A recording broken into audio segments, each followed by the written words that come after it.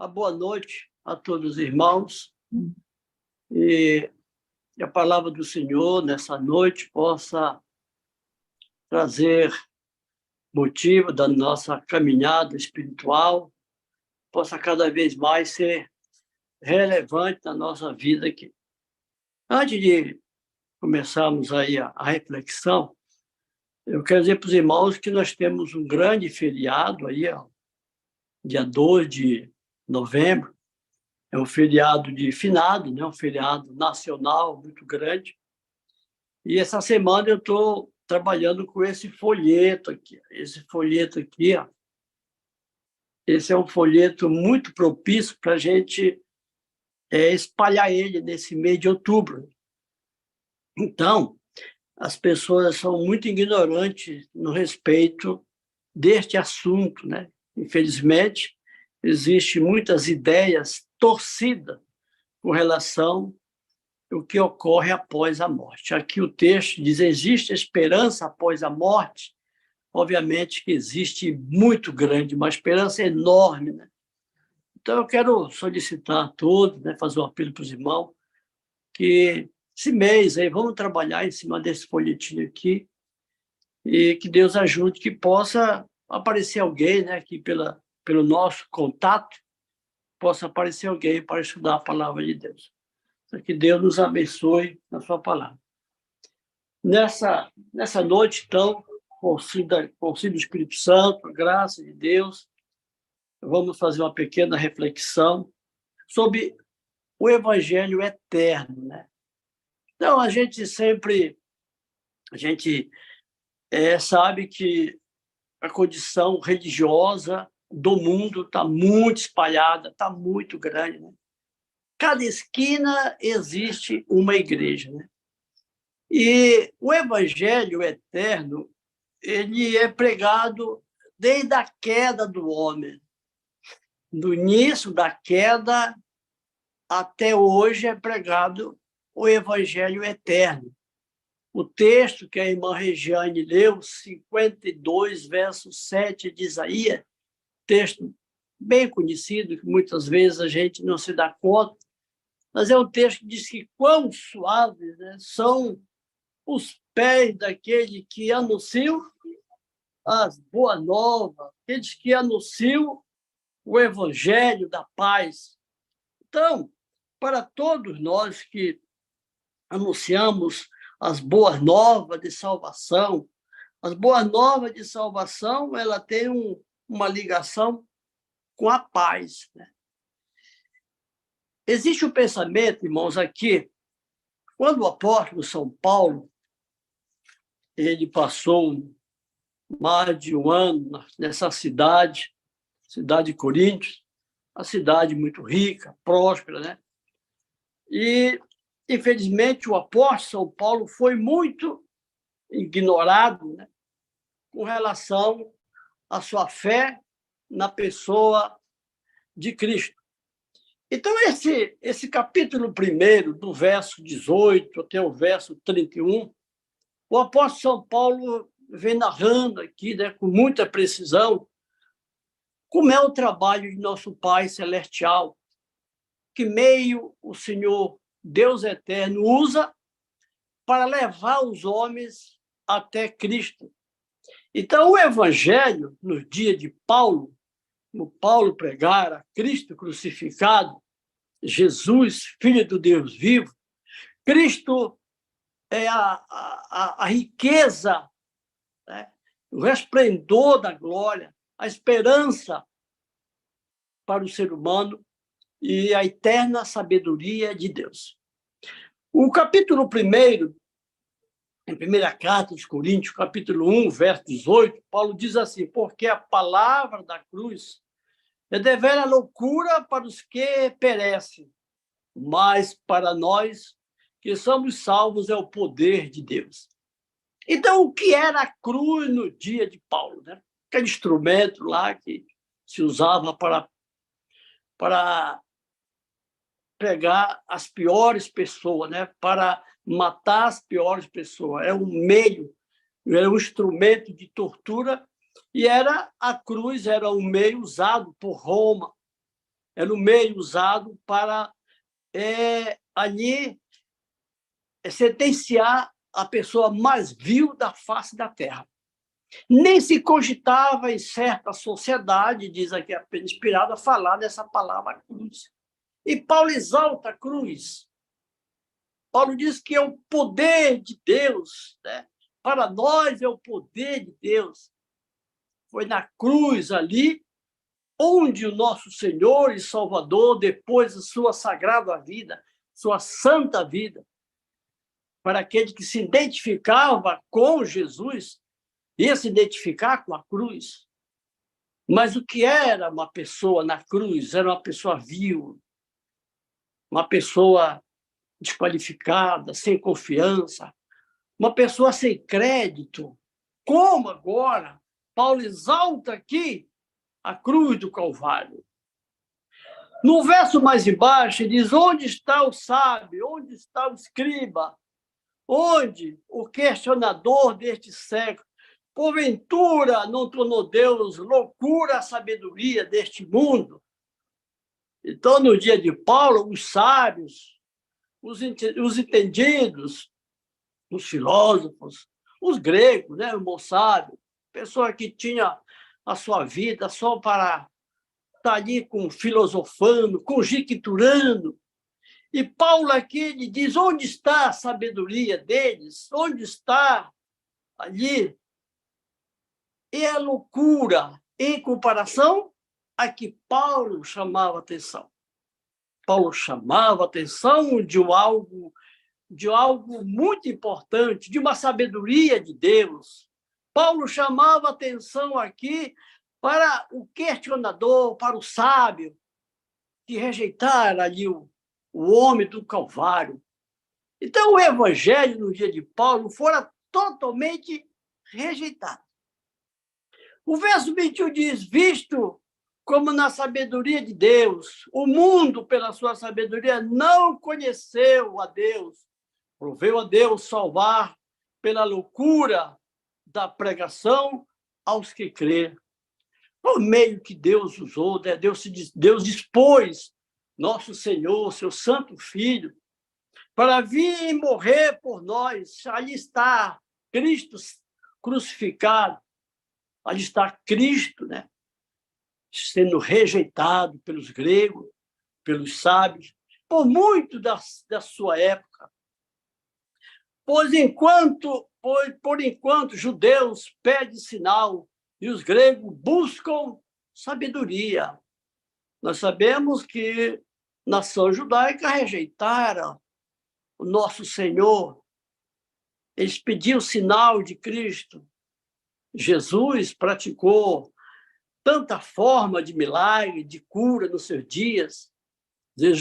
Cristo não tinha aparência de rei, não tinha aparência de pessoa de alto nível social, mas ali os judeus rejeitaram. Mas era uma profecia que está lá no profeta Isaías, que ele seria rejeitado, ele seria escarnecido. Ali em 53 está a biografia do Salvador. E os judeus jamais, né? Jamais vão aceitar Jesus. E o sábio, muito menos, buscava sabedoria, buscava entendimento. Quando Paulo chegou a pregar Jesus Cristo, eles questionaram, imagina. Os judeus, pela história, esperam um Cristo diferente. Esperam um Cristo vindo do trono de Davi, aquele homem lá, né, que vai fazer uma grande reforma aqui no governo romano, na situação espiritual.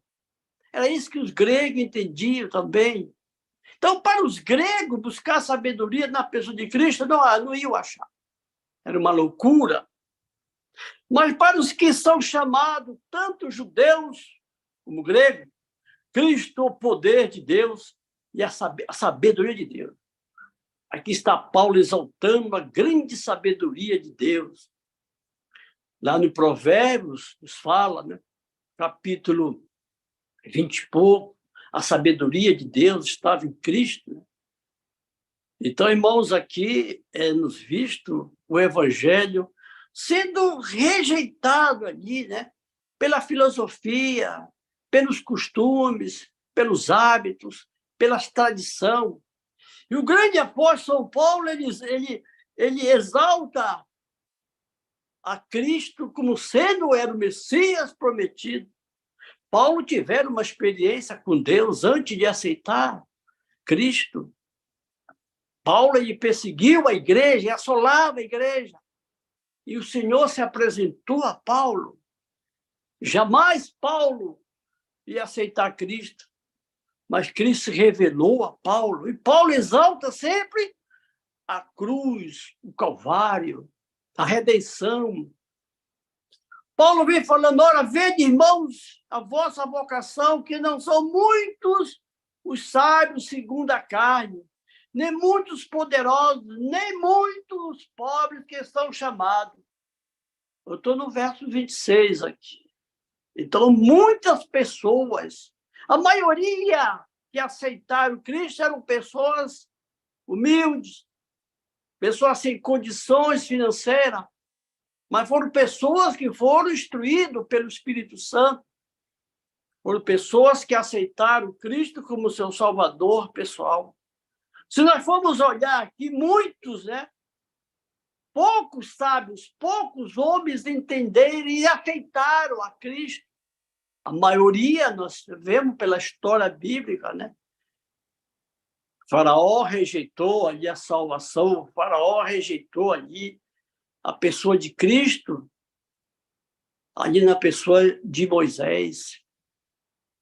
Nós temos a história de Davi, que era um homem simples do campo, era um pastor simples, e ele aceitou Cristo.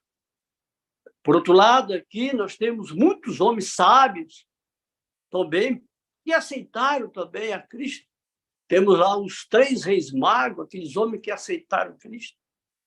A Escritura Sagrada não apresenta muito, mas muitos, como diz Paulo aqui, né, não são muitos os sábios, minoria que aceitaram, entendendo, né, imbuído pelo Espírito Santo. Então, o Evangelho vem sendo divulgado de uma maneira muito ressaltante sobre a história da redenção e da salvação. E aqui Paulo, escrevendo essa carta aos Coríntios, ele recomenda aos irmãos, que era uma igreja rica, né? Era uma situação favorável ao povo. Diz ainda, verso 27, pelo contrário, Deus escolheu as coisas loucas do mundo para confundir os sábios. Deus escolheu as coisas fracas do mundo para confundir as fortes. Então, nós vemos pela história, né, homens que foram tirados do nada, né? Deus otorgou força, sabedoria, entendimento, compreensão. Como é que Deus tirou Moisés? Deus tirou Moisés de dentro lá da corte faraônica. Homem sábio, entendido, instruído. E ali Moisés, né, aceitou. Então Deus ele escolhia as coisas fracas, são pessoas que o mundo achava incapaz, né? Deus escolheu o grande profeta Eliseu, um homem que trabalhava em campo, o homem que fez mais milagres.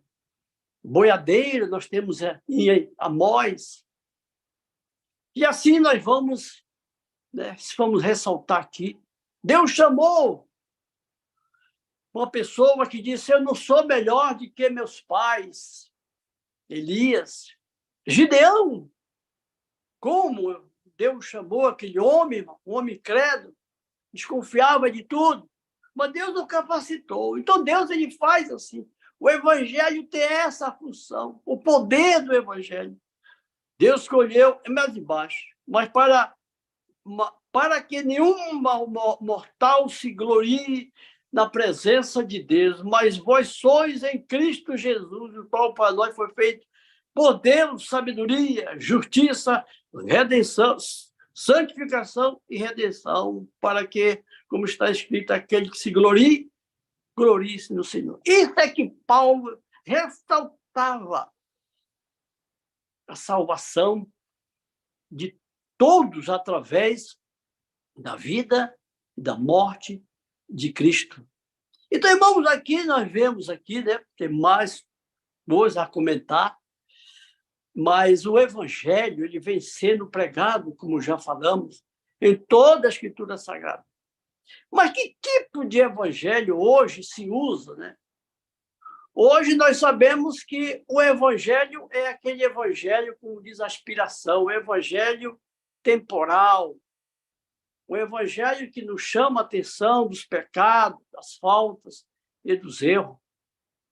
E o apóstolo São Paulo, ele fala lá em Gálatas, que se aparecer outro evangelho, nem que seja anunciado pelo anjo, seja anátema.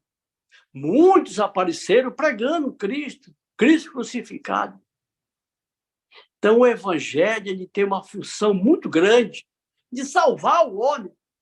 Romanos 1, o apóstolo São Paulo diz assim, ó, porque não me envergonho do evangelho, pois é o poder de Deus para a salvação de todo aquele que crê, primeiro do judeu e também do grego, quanto um como o outro, que aceita o evangelho, que aceita o homem do Calvário, da cruz do Calvário.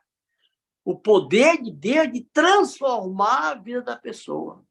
Porque não me envergonho, porque no evangelho é revelada a fé em fé, a justiça de Deus, como está escrito, mas o justo verá da fé. Então, no dia de Paulo, falar em Cristo era um absurdo, crer uma pessoa que fora crucificado na cruz ali. E Paulo exaltou a cruz quando disse, nada tenho de me gloriar a não ser na cruz de nosso Senhor e Salvador Jesus Cristo. Então, irmãos, o que é o evangelho eterno presente? No livro do Apocalipse 14, verso 6, ele é descrito o anjo voando, tendo na mão o evangelho eterno.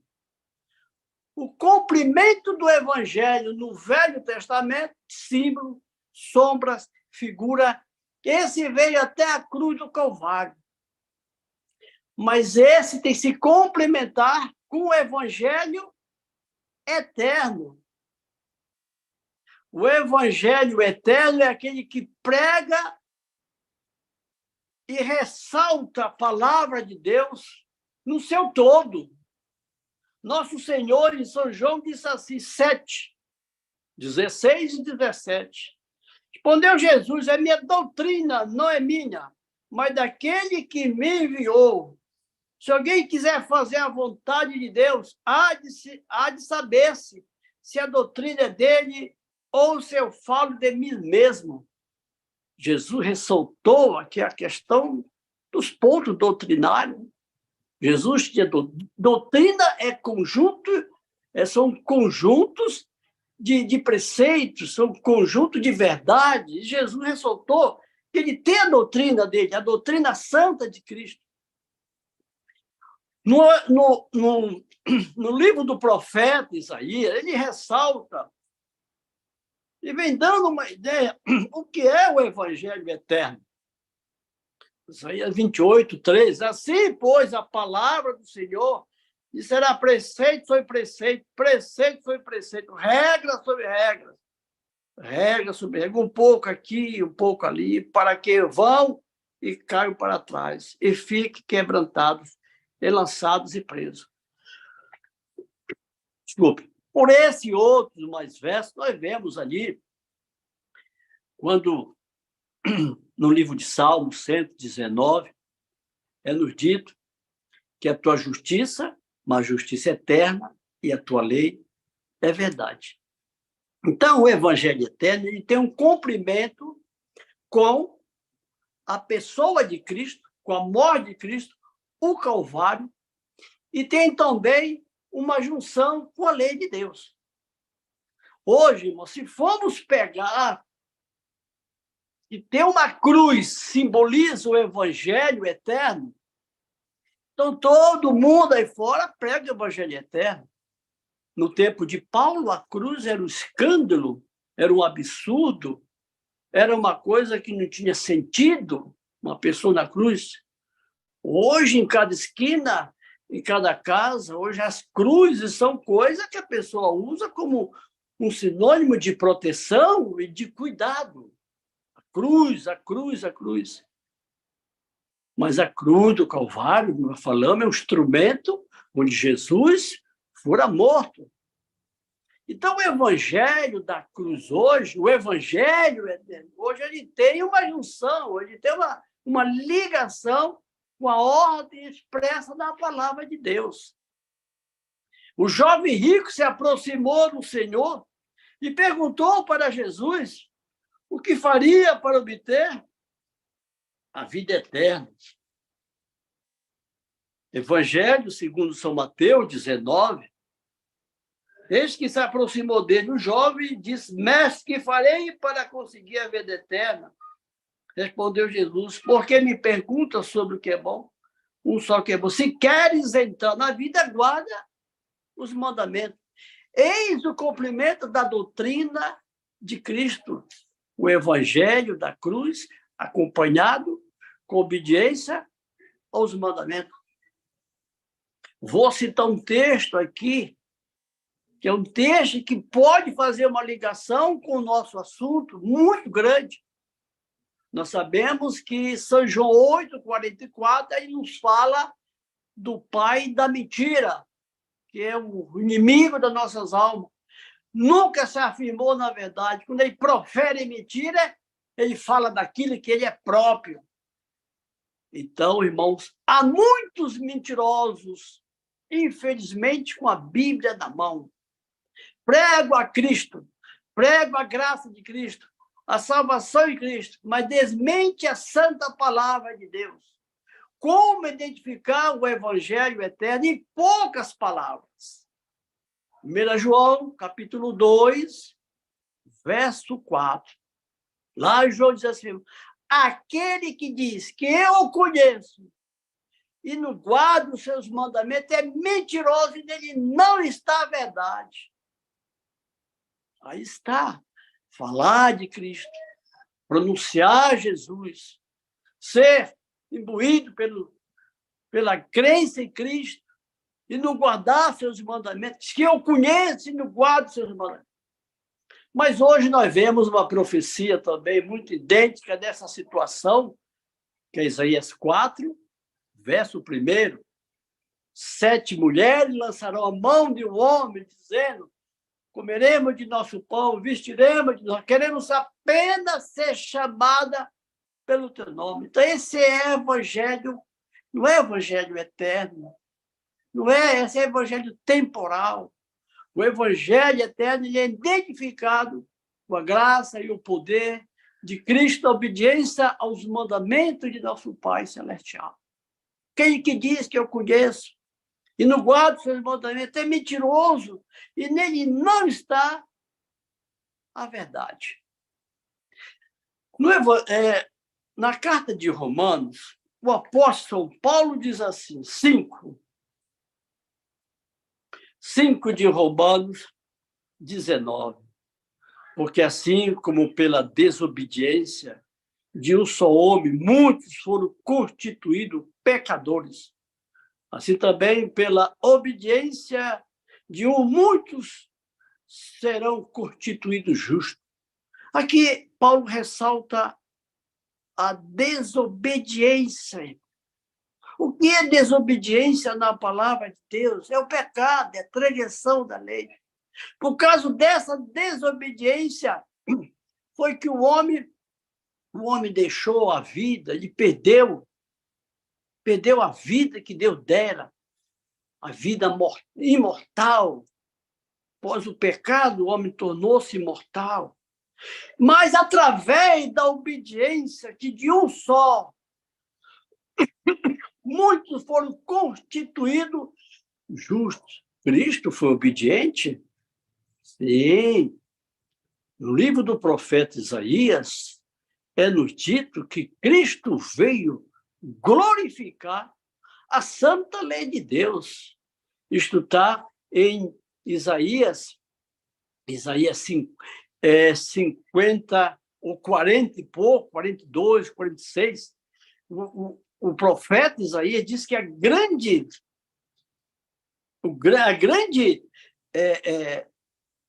obra que Jesus viera fazer e honrar o Pai, Isaías 42, verso 21, foi do agrado do Senhor, por amor de sua justiça, engrandecer a lei e torná-la gloriosa. Assim, a palavra de Deus é o poder de Deus para a salvação do grego, do judeu e toda a humanidade de modo geral. Mas ela é condicional a esses requisitos. O evangelho temporal não santifica o homem, porque a transgressão da lei de Deus é definida em 1 João como sendo pecado. Eu quero terminar com o texto de São João, que diz assim, São João, capítulo 14, 20. Aquele que tem os meus mandamentos e os guarda, esse é o que me ama. Aquele que me ama será amado de meu Pai. Eu o amarei e me manifestarei a ele. Qual é a prova que nós damos, que o homem dá, que ama o Criador, o Pai Celestial? Jesus disse, aquele que tem os meus mandamentos. Então, o evangelho eterno, o evangelho proclamado pelos anjos do Apocalipse 14, é um evangelho completo.